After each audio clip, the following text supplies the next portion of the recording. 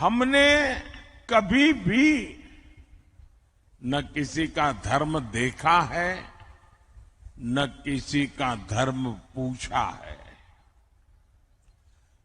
योजना सबके लिए बनाई जाती है, सबको योजनाओं का लाभ दिया जाता है, लेकिन कांग्रेस की नीयत रही है, इसका बहुत बड़ा खुलासा आज मैं 140 करोड़ देशवासियों के सामने करना चाहता हूं। और भगवान राम की ये धरती है एक प्रकार से, तो मुझे लगता है कि गंभीर विषय यहां पर उठाना ज्यादा अच्छा होगा। साथियों, कांग्रेस की सोच है कि देश की सरकारें जितना बजट बनाती है उसका 15% सिर्फ और सिर्फ माइनॉरिटी पर खर्च हो, यानी धर्म के आधार पर बजट का भी बंटवारा,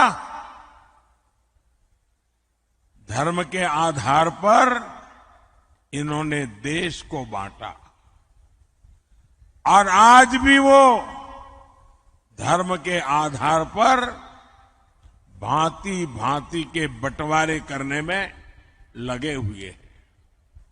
कई साल पहले कांग्रेस ने धर्म के आधार पर बजट के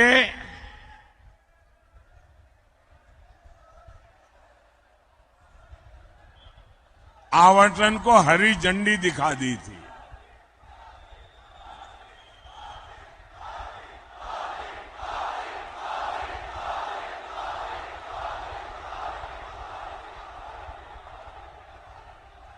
जय श्री राम,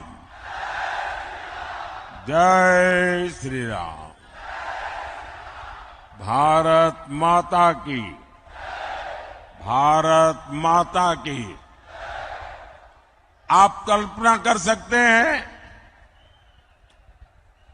कि बजट का इस प्रकार से टुकड़े करना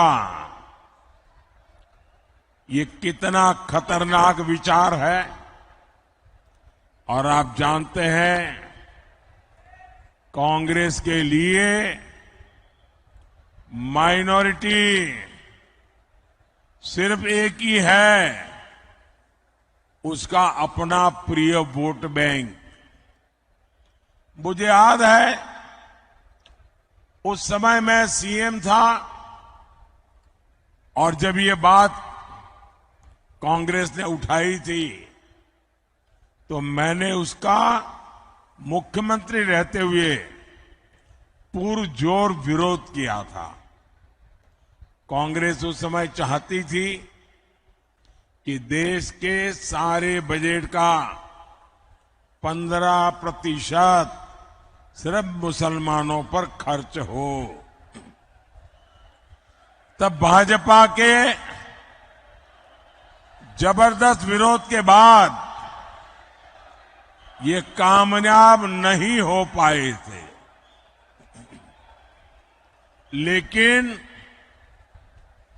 अब ये सारे पुराने एजेंडे की उसको लागू करने पर तुले हुए हैं।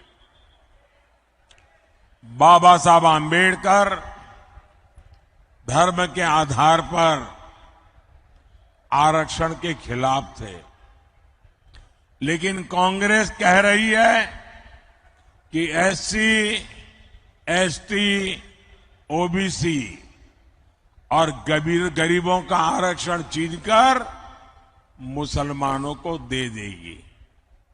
कांग्रेस आपकी संपत्ति को भी जब्त करके उसका हिस्सा अपने वोट बैंक को देने की तैयारी में है। लेकिन कांग्रेस और इंडी अगाड़ी वाले कान खोल करके सुन ले,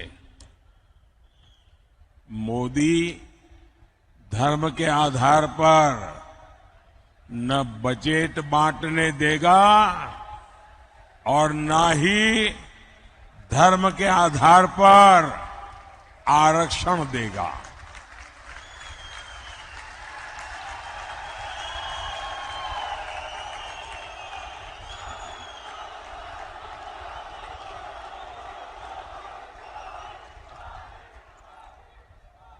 वंचितों का जो अधिकार है, वंचितों का जो अधिकार है, मोदी उसका चौकीदार है।